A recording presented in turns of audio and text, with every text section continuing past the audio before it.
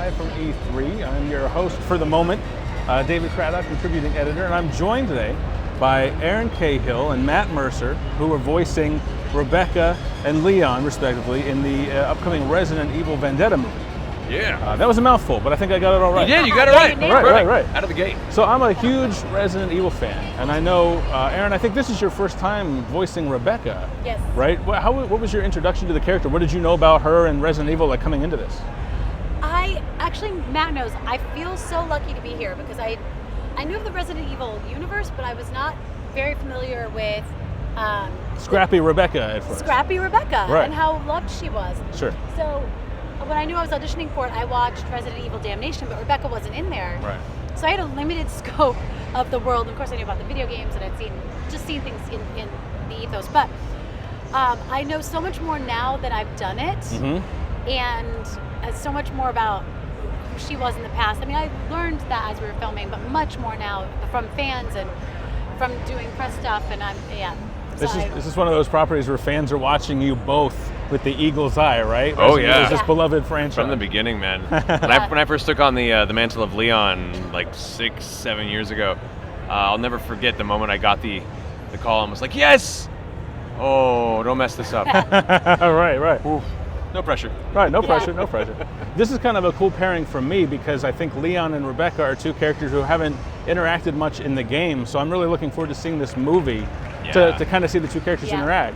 So, Matt, I wonder if you could set the stage. What is Vendetta about? Because it's been a few years since Damnation. It has been a few years since Damnation and 6, and what you do is you get to see, for Leon at the very least, you get to see how his previous experiences have affected him. The kind of PTSD and the survivor's guilt, and the reality that all the things he's done just doesn't seem to really make a difference if this keeps happening. And him coming to terms with whether or not it's even worth it to throw his hat in the ring again and try and make a difference. And then you have Chris, who's trying so hard to still be the soldier, to be that survivor, and to do his job no matter what aggressive stance it means to make that happen. Right. Then you have Rebecca that comes in as not just the voice of reason, but the heroic voice to kind of hopefully smack them out of their respective masculine pitfalls and actually get things done. Because Rebecca's been through the ringer at this point too. Oh yeah. Right. So I wonder if you could give me an overview, Rebecca / Aaron. What is Rebecca? Put me in her shoes. What's she got going on in her head right now? Where is she in this movie? That's a great question.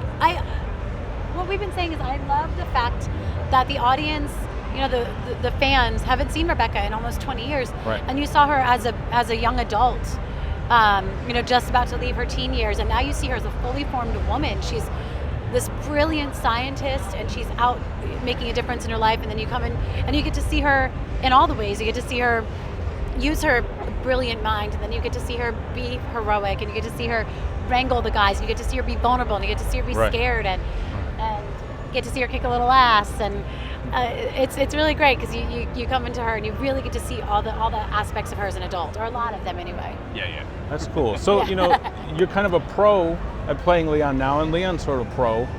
And you talked about how he's having some PTSD because he's been through this ever since the Raccoon City incident. Oh yeah, first day on the job, man. Talk Very about bad first luck day on for the him. job. Yeah. I wonder if you could walk me through a little bit more about what fans can expect for Leon's journey in Vendetta. How's he going to deal with this? I don't want to spoil too much. Don't spoil too much, though. That's kind of what you go to watch it for, is to see that journey. That's right. I will say he's used to being a loner, so it does help to have some other familiar faces at his back, even if he hasn't necessarily worked with them in the past so much. He knows of them and their reputation. That probably bolsters him a little bit. The more cynical he gets, the more aggressive swagger he displays in times. Sure. So you can definitely look forward to that aspect of Leon from here and there.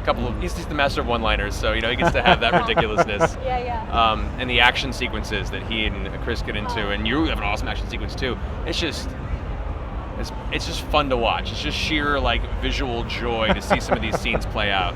That is such a good way to put it. During the screening, so we went to a screening at Sony a couple months ago, so we got to see a pretty early cut. Right. I mean, we were gasping, cheering. Yeah. I've seen enough, major motion picture, Fast and Furious movies to be like, cool, action. I know action. There are moments I was like, what?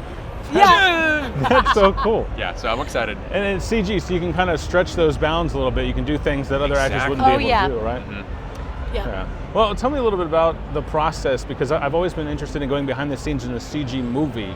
When you're working with a script, do they tell you, okay, this is what's going on, you need this intonation because you're flying through the air, you're grappling with a zombie. What has this been like for you, Aaron? Yeah. Oh, for me. Oh, sorry. I was like Matt. Well, I'm going to get to him. Yeah. First you. Yeah, it's exactly like you said. You get directed. You know, you see it in front of you happening, so you're in the booth, kind of just, you know, right. Or my favorite was there was one when it was a really scary moment, like the suspense before. I know which one, yeah. Yeah, there's like little suspense, and I remember we did this one gasp. I'm not kidding. It felt like 8 times to get it exactly right, like. You know, it was like the most minute. Subtlety. And that's what makes it so beautiful when you watch is, I mean, you're so solid. You're so talented. Truly, but like it's so cool to have like all those little tiny moments that really flesh out the movie and the character. And so it's a super fun challenge to get to do it all. Yeah, most definitely.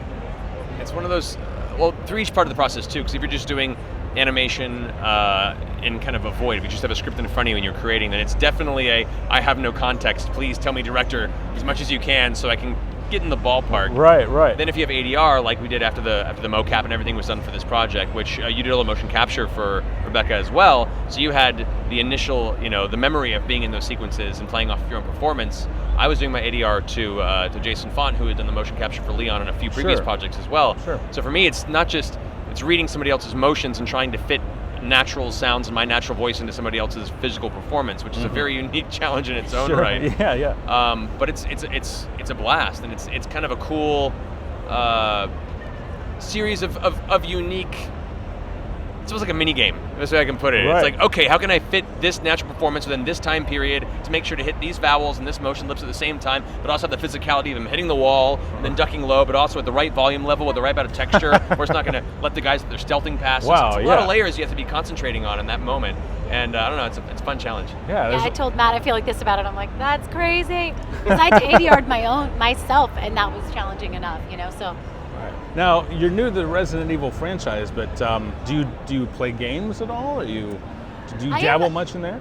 Ashamed to say that I am not a gamer, but I love the culture in the world, and because I was a Power Ranger, I've been to a lot of conventions, so it's like I love cosplay, I love all of it. I just don't know as much of it. And Sure. That's what telling Matt. I was like, I want to play D&D with you. Like, I'm learning about this world, And now you're at E3. You're in the thick of it. I am like, my eyes are saucers. That's awesome. I can barely focus. Are we talking? Am I talking? What's happening? I know. Yeah. So I'm learning, and it's funny because I do have an Xbox. I've had one for years, and I have like the motion, the movement one. Oh yeah. Oh my God, you guys, seriously, that's how. Sorry, everybody. Well, it was great to have you both here. I'm a huge Resident Evil fan, like I told you before we sat down. I'm really looking to see Vendetta, and thank you both for being on. Thank you for having us. Thank you for having us, It's David. great to meet you pleasure. both. Great to meet you too. And we will be back soon. Follow us at Shacknews on Twitter, and we'll be back shortly.